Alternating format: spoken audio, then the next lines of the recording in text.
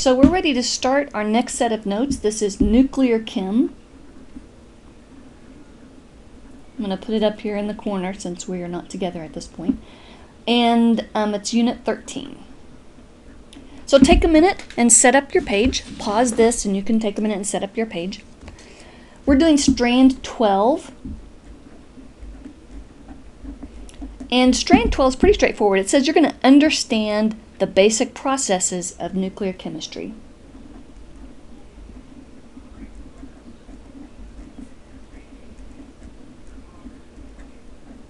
Understand the basic processes of nuclear chemistry. All right, so we've done mainly we've done overall large brand chemistry in the sense that we've talked about the atom as a whole. So in this unit, we're going to look inside the atom, and we're going to look at radioactive stuff, radiation, things like that. So we have our first TEK is 12A, and 12A says you're going to describe the characteristics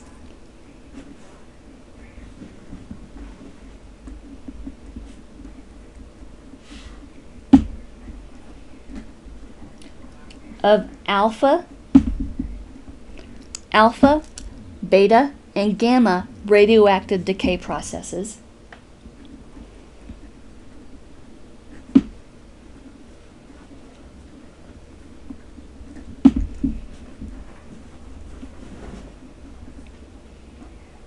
Radioactive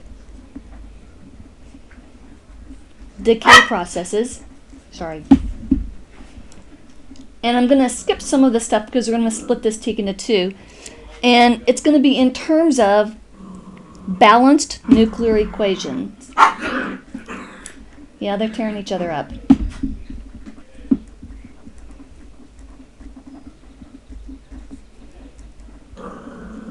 Hush. Okay, so nuclear equations are not the same as our regular balanced equations. They're totally and completely different. They're actually easier to deal with. Hey! Cut it out, you little psychos. All right. Before we can really get into that, we need to get a little bit of some historical perspective on here. So radiation was actually discovered by a French guy, Henri Becquerel. So discovered by Becquerel.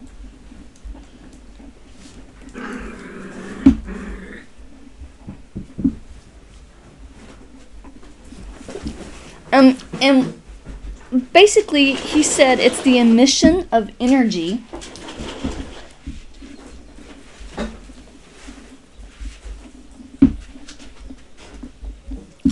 as electromagnetic waves or as subatomic particles.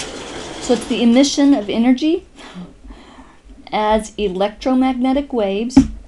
Remember we talked about electromagnetic waves.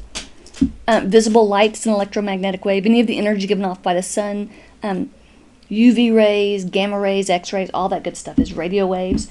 So it's the emission of energy in the form of electromagnetic waves or as subatomic particles.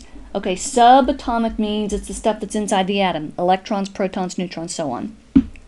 And I'm going to add to that, we're not just focused in general on radiation. We're focused on the radiation from unstable atoms. Not all atoms are equally stable or unstable. So some of them can be radioactive, but they're really slowly radioactive, and so we think of them as being stable.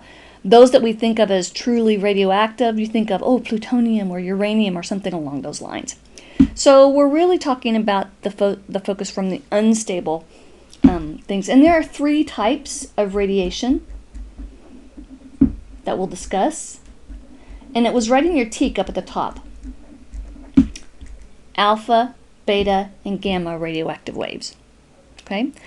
Now, we're going to, in the next TEK, or in the next page of notes, we're going to talk about those in greater detail. But how did how did they see? How did they know this radiation? How did they tell the difference between this radiation? And so what I want to show you is a really simple process that they used back in the 1800s to figure this stuff out. So basically they had a lantern. So I'm going to make a beautiful piece of art here. You guys draw this too. So they had a lantern. So here's my lantern top, and here's a little lid for it here. And here's the glass part, or it could be just screen mesh, and here's the base. And then what they had is this little thing called a mantle. And if you guys have ever used one of these, I'm sorry, I forgot what the type of brand the lamp was that's most common, but what it is this little piece right here. It looks kind of like a screen almost. It's kind of intriguing when it does, but this is called the mantle. So this piece right here is the mantle, and this is what we're going to be looking at. So what this guy did is he took the mantle and he put it in a petri dish. Okay, so we have a petri dish, my beautiful petri dish, and we're looking down from the top. Okay, so here's my petri dish. You guys know what a petri dish is. Usually they use it for growing bacteria in. So here's my petri dish, and he put in the petri dish a piece of felt. Yeah, just the material felt, and it was soaked in alcohol.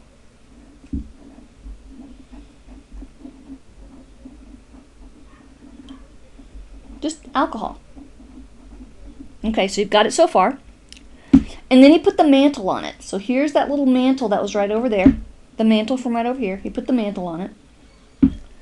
And his petri dish has a lid on it. And then they put it on a piece of dry ice. Okay, so yeah, I'm looking from the bottom down, so the dry ice would be totally underneath all this, but you know, I'm not that good an artist. So this will be dry ice. Okay? When the alcohol evaporates, which you know it evaporates quickly, because of the dry ice, it's so cold, it forms fog. So when the alcohol evaporates, oh, let me bring this down a little bit. When the alcohol evaporates, it forms a fog. This is our first ever fog chamber. So now we have this thick fog in there. So it evaporates, but the dry ice cools it down quickly, and so it forms this thick fog. Okay? And as this mantle is radioactive.